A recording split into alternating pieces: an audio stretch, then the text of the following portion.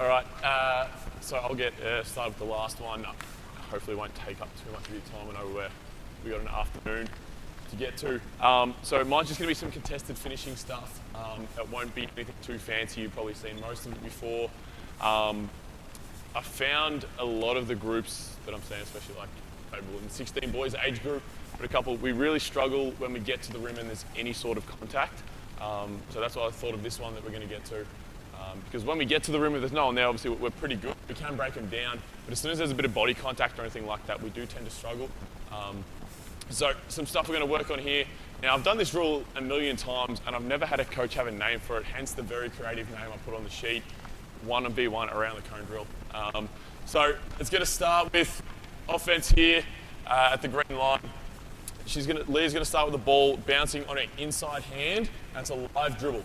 Now, defense can't go until Leah's going to snap the ball between her legs into her right hand. Okay, so Riley's here waiting. Leah's just pounding it, and she can wait as long as she wants. When she snaps the ball, she's obviously going to go up around that cone, looking to penetrate into the middle. After the snap, Riley's getting out and around that cone, and we're kind of here, we're simulating the defense is coming as a late help over to the captain. Leah's just got to make a read here offensively. Are we going to get into the paint? Do we cross over and try to finish left? Is she coming too hard? Do I Euro finish on the other side of the basket? Depending on what the read's going to be. If she pulls up short, do I shoot a floater or a runner over the top? They're the kind of split-second decisions we're going to try to get these kids trying to understand and what's going to be the best option here, okay? So you can pound for as long as you want, but the moment you snap between your legs, you go, then Riley, you take off straight away.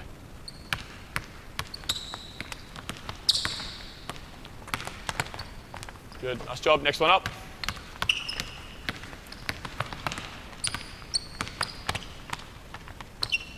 Zero step, nice job.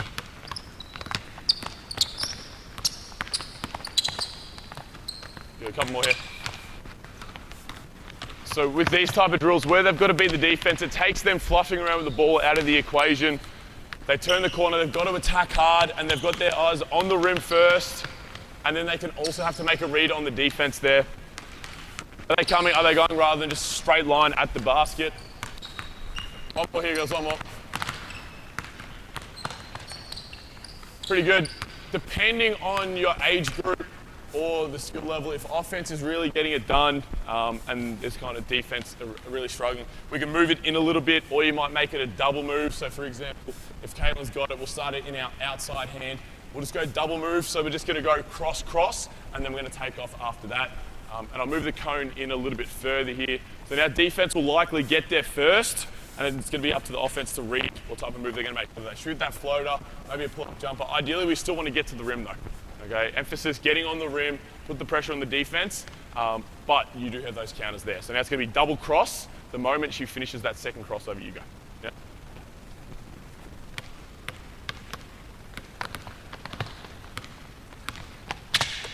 Good D. So now the defense is most likely going to get there. It's putting the pressure on the offense to make that extra read. What are they going to get?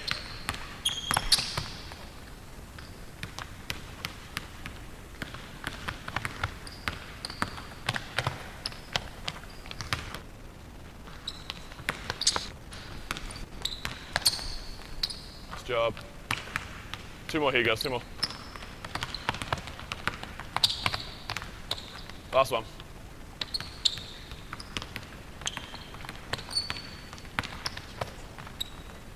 Really good. And obviously you can kind of do that wherever you want on the floor. If you want them penetrating from the baseline, we can get the defense coming up around and coming from the top. You can get them coming from the diag down and so on. It's just the concept of defense is coming across from help. We're attacking hard. We've got that decision making on the fly there. Okay. Next one we're going to go to the CP3 finishing drill.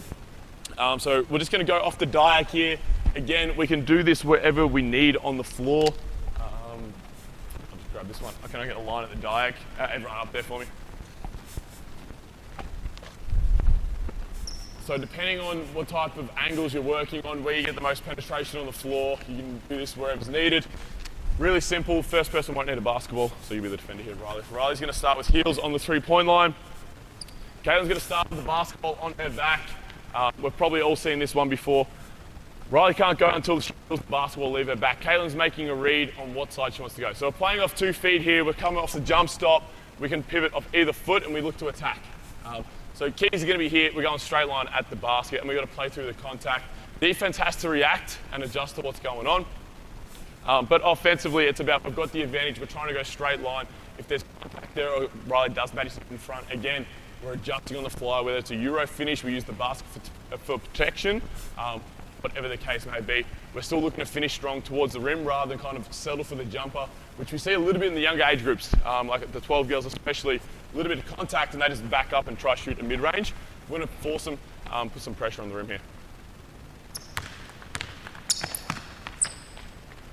So next one up, anyone up? So Leah, jump on there. Yeah, so when you're ready.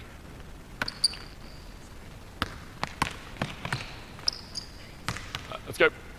Next one up, doesn't matter who, anyone up, can't jump on defense.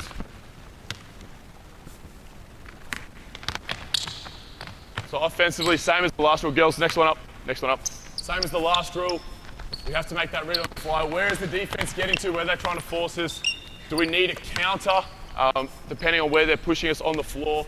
And ideally, we just want to get to our spot. Find where you're going to get to that spot. Defense gets there first, then we hit that counter move, whether it's a Euro, spin, up and under. Last one, guys. So we're going to do the same thing, play off the middle though. So playing from the top. So almost here, the exact same thing, but it's almost going to be like we played off a middle ball screen. Defenders got caught, so we've got that step on them. How are we going to attack? We're going to pull up, finish this side, get under and finish with the reverse. We can incorporate the zero step that Joe brought in earlier, all those kind of things. You're right. Next group. So girls, just get ready, whoever's going to be up next. Get the three ball.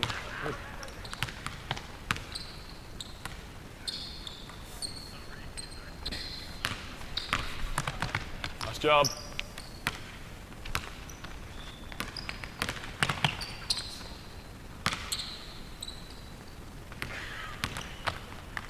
Nice, you're okay. Nice job.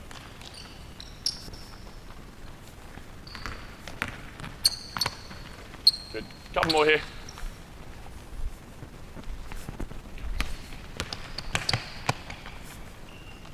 Last one. So again, it's creating that kind of match simulation without actually being in the match there. So it's imagine we're coming off a ball screen or coming off like either a side or a middle ball screen. We're trying to attack, we've got that defender slightly behind. Can we make that read on the fly, work out what the right option is? Because again, it's something we tend to struggle with just a little bit on a Friday night. If we're going on zero or someone's been completely wiped out, we're really good. But to create that kind of environment for them where there's someone just there, can we make the right decision? It tends to be really beneficial for them and their decision making. We're going to go some one-on-one now in our containment now. Again, another drill everyone's seen before. Usually this is more a defensive focused drill, but for today it's going to be on the offensive side of things. We can manipulate this however we want. So we're just going to go O and D. I don't mind whoever's up first. Let's go O and D. He's going offense. Okay. All right, so step back. So defense will start with the ball. You start the cones up as high as we want, but we don't have too much space here. So Caitlin's on offense. Now to begin with, depending on how good the O and D is, we can just start by checking the basketball and we're going to play. We're going to focus on the offensive side of things. So we've gone from the cone drill where you're pretty much 1-on-0 the whole time until the final point there where the defense meets it. Then it was a bit more one-on-one in the CP3 one where they're playing off the back. Now it's going to be one-on-one, and can we build on what we've done earlier into a competitive situation? Now, if defense is getting stops constantly and offense is really struggling, then we can change it where you're up on the hip or a little bit, and we'll demonstrate that in a minute. But for this one, we're trying to build it up, mainly 1-on-0, 1-on-1 with a bit of a disadvantage. Now we're trying to incorporate all those moves that we've done and the finishing against the defender into a scenario here. The cones are here because too many times when we play 1-on-1, we roll the balls out, players just go all over the shop. Okay, we've got a very limited window. When you think about when you go 1-on-1 in like an actual game, you're driving within like a very small area rather than just wheeling all the way out. So we're going to do that here. Defensively, we're not going to have too much to focus, but like I said, We want to keep them and force them outside there as much as possible. Put the pressure on the offensive player to get to the rim, be creative with a limited amount of dribbles, and be short and sharp with what they're doing. So to start with, it's just going to be one-on-one here. We'll just play a couple, and then I'll show you the other scenario. When you're ready, check it. We're just going to play here. Nice jump. Next one up. Go, girls. Yeah, jump in. So again, we're putting the pressure on the offensive player. Go, keep playing. To be efficient in a small amount of space, can we break the defender down, and can we finish with the defender starting? Yeah, keep going. With the defender starting in front of us rather than being behind us on the side.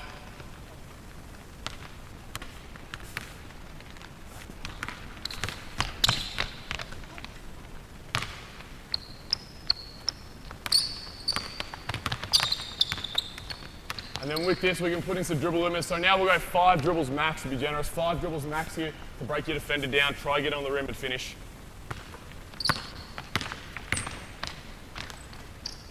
So let's start up. Go offense. Start at the edge of the circle for me. So let's try get downhill on them. Nice job. Next. So we can get defensively. Let's get up. Next one, Caitlin. Put some ball pressure on Caitlin, okay? So you're up, so yeah, right up on the ball for me. So now we're gonna check the ball and we're gonna start right up on them. Again, simulating full court command, or we're up in defense. Here, again, we wanna defensively really just quickly tell them, try force them outside. Keep them out of the middle of the floor, but again, it's an offensive focus. Break your player down, get to the rim, finish through.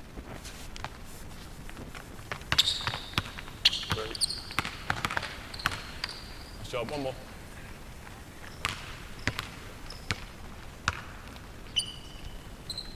So ball pressure right, up and in, up. There we go. So now we've had where we've backed off and we're kind of getting downhill a little bit. We've got the up and in, put the pressure on. Last one, if defense is just getting stops constantly, we'll have them starting kind of on their side. So jump here, Leo. And then they can't go till offense takes their first dribble. So they're waiting, and offense is obviously going to have the advantage here because they know when they're going to go. Defense has to try get in front and kick them to one side. But now offense has to finish, and we're kind of bringing that advantage-disadvantage scenario back into it. But they're limited to where they can go. We're at the middle of the floor. Leah, try get it outside the cone. Caitlin, you finish however you can here. We wait for you. Go. Good, next one. So we start beside. So yeah, so Tegan, we go when you dribble.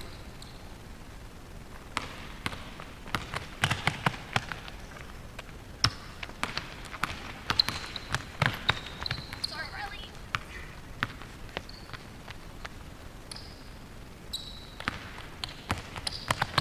Now, if offense is killing them a little bit too much, same kind of thing, defense can just start in front of them. Last little adjustment will make you so Tegan start with it. I don't mind who's defense. So now we'll just start a step ahead, take a step ahead. Tegan start back here. Defense is a step ahead, there we go. And now same thing, but you can't go till Tegan dribbles, but you just get that little bit of a head start here. When you're ready. Good, so we're trying to finish at pace here. Defense by our side. And again, eyes on the rim the whole time. We're gonna finish. Nice read there, Riley.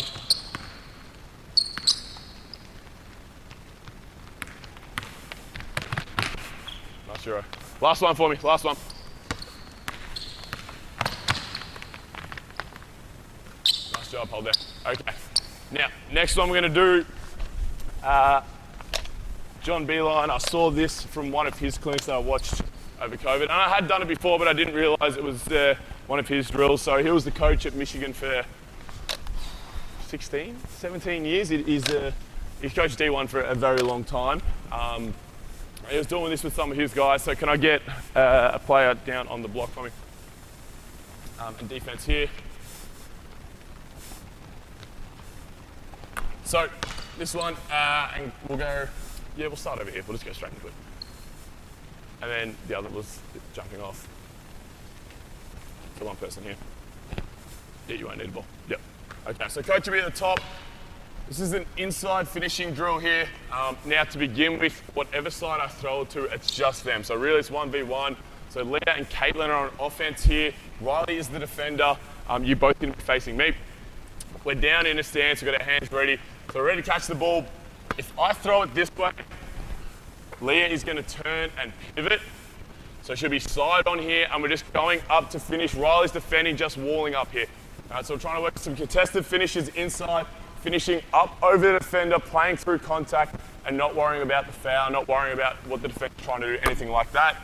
Again, it's just 1v1. So whatever side I throw it to, we're playing turn. We want to stay side on. What we don't want to do, if we're throwing it this side, Caitlin, what a lot of the kids do, and Darren spoke about it just before, is we turn and pivot, and we kind of face the defender, we shoot it into them. We don't have the biggest athletes in the world, so if we can get it up over our shoulder, we kind of stay side on, or if we pivot, it'll be your left hand on this side, and we can shoot that hook shot up over what we talked about with our protection hand, then it's going to have a big advantage to us rather than trying to face up, turn, and shoot over the top.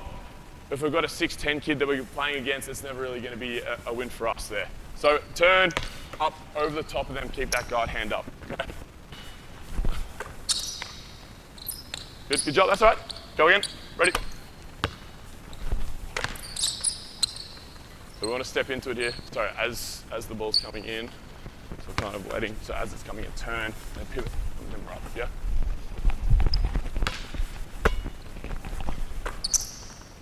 Nice job. And again. One more time. Good. And depending on how athletic you guys are, we really want them to get challenged by the defender under here, really tell them, step forward towards the ball, wall up, put some pressure on the ball. And as we're catching that, we turn, we pivot, we've got our shoulders square to the rim, and we're elevating nice and high to finish that with that protection hand that we spoke about. Now, the other one that we can do to counter this, actually before we go, the 1v1, depending on your focus with your players inside, if they're really struggling, they just kind of shoot, shoot, shoot. We can incorporate pump fakes or up and unders or whatever you want. Most of the time, in the drills when I've done it, I haven't personally because I'm trying to encourage you guys to finish over contact or not worry about the defender really and just eyes on the rim. But that could be a focus one-on-one, and you do allow pump fakes, and that could be more a defensive-minded kind of side of things. So if you're telling them to stay on the floor rather than jumping, those types. But you can do that. Me personally, I just tell them, we just got one shot. Turn, you've got to finish over the player. Now we're going to go some 2-on-1. So it's going to be the same thing. We're going to turn. You can either shoot it or make the pass, and then you've got to score it over that side. Again, shoulders square to the backboard. Okay? So you can either score it or make the pass, but there's no pump fakes, no up and unders, anything like that. Yeah? Ready? Same deal. We're focused on finishing over the defender. If you're open, score it, guys. If you're open, just score it. Good. That's all right. So Riley, really step up to the ball. Yeah. Good. Couple more. Last one.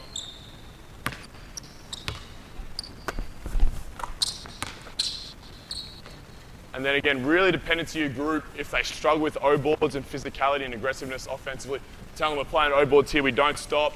You can go just continuous where even if there is a score, we don't stop until defense gets the rebound. Put the onus on the defender, you need to get after it. And then offensively, we just got to be aggressive, just keep going at it and going at it and going at it. And that could build some habits there offensive for you. But then, again, what we're touching on here, trying to just catch that ball, turn, finish through contact, eyes on your target, rather than catch and kind of fade away, which a lot of the kids do. Being able to pivot, play, and go through there. Now, one of the last ones we're going to get into, yeah, we got some time here, the ACB finishing. So this is the one, I got this from Guy Malloy and Al Westover when they were teaching me at the college of basketball. They ran this all the time, and they were really big on this with some decision-making stuff. Can I get an offense and defense at the blue line and the green line for me? Caitlin can have it at the blue line. So you can have a coach, you can have an injured player, it doesn't really matter who it is here.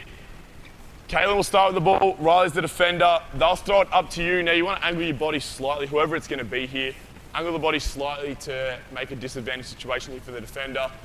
When on, so they don't move until the ball leaves Caitlin's hands. The coach has a choice here, we can put it in your left hand. Then Caitlin's going to come and grab it, Riley's got a high five. During COVID times, I told them just to get their feet above the 3-point line or feet to the green line, depending on how high I was. But it used to be just a high five. You just rip it and go. Once you high five, you're straight back. Okay, so let's go through that.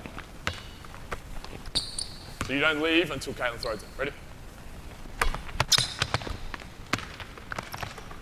Yeah, nice job. Again, we're trying to create that slight advantage for offense, but then trying to finish with that defender right there by their side. The other option is if I put it in my further hand, so over this side, I put it in my right. Now, Caitlin and Riley both have to get around me here, and it's becoming almost a bit like a gets action or a handoff, and then we're playing towards the rim, okay? So both offense and defense have to get around me on that side.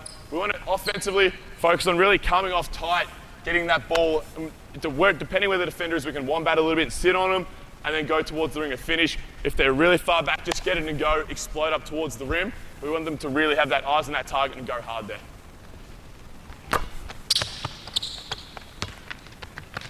Good, nice job. Now, depending on how big your group is, you might need to tense up a little bit there, because when I'm doing it with 16s and I cop some hits, you got fall over. So definitely brace yourself depending on how old the age group is there. Now, I'll put it in either hand.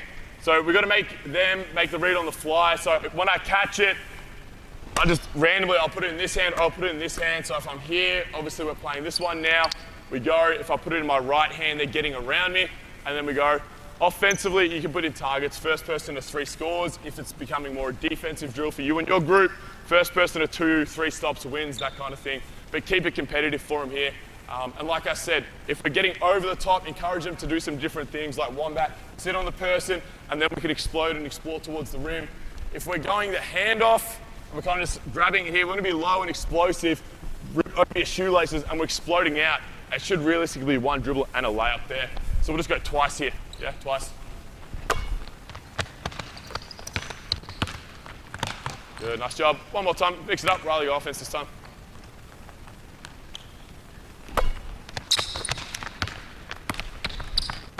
Good, nice job. Okay, last thing we're going to do here, give me 2 more O&D. So this can become a 2-on-2 drill. Realistically, like I put in there, it can be a 3-on-3 drill as well if you want it to be, and you can just add a reversal and a nail. But we're just going to go with captain and someone in the drift. Just go someone who's the captain. Now, again, defensive concepts, if we're going to touch on that really quickly, it just becomes a go-stay kind of principle. We've been beaten here, similar to a tag drill, been beaten. We're just got to communicate go-stay, who's going who there. Offensively, we've got to make that read. Can we get on the rim? If the help defender's coming to me, what is my decision here? Am I Euroing and finishing? Am I kicking it out? Am I just going strong? So we've got to put the onus on them. Can we score the ball, or am I making a correct decision this way, or am I kicking it out? Yeah? There we go, pace, pace, pace. Good. Nice job. Change over.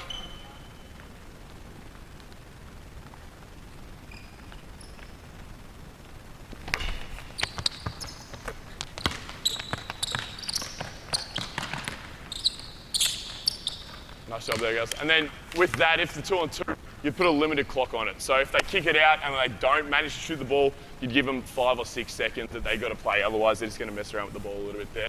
And if we were going to go 3-on-3 really quickly, yeah, Caitlin and one of the boys, I don't mind who it is. So Caitlin's on offense. Again, it just becomes tagged. So Seb, jump up here for me. You're going to pretty much be at the nail or a little bit below.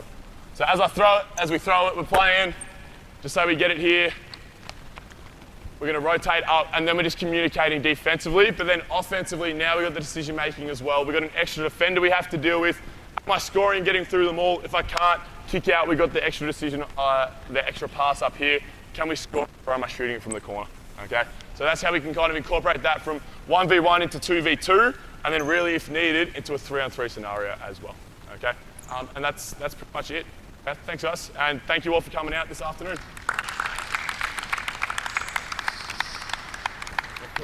Any questions about any of those drills? We're all good?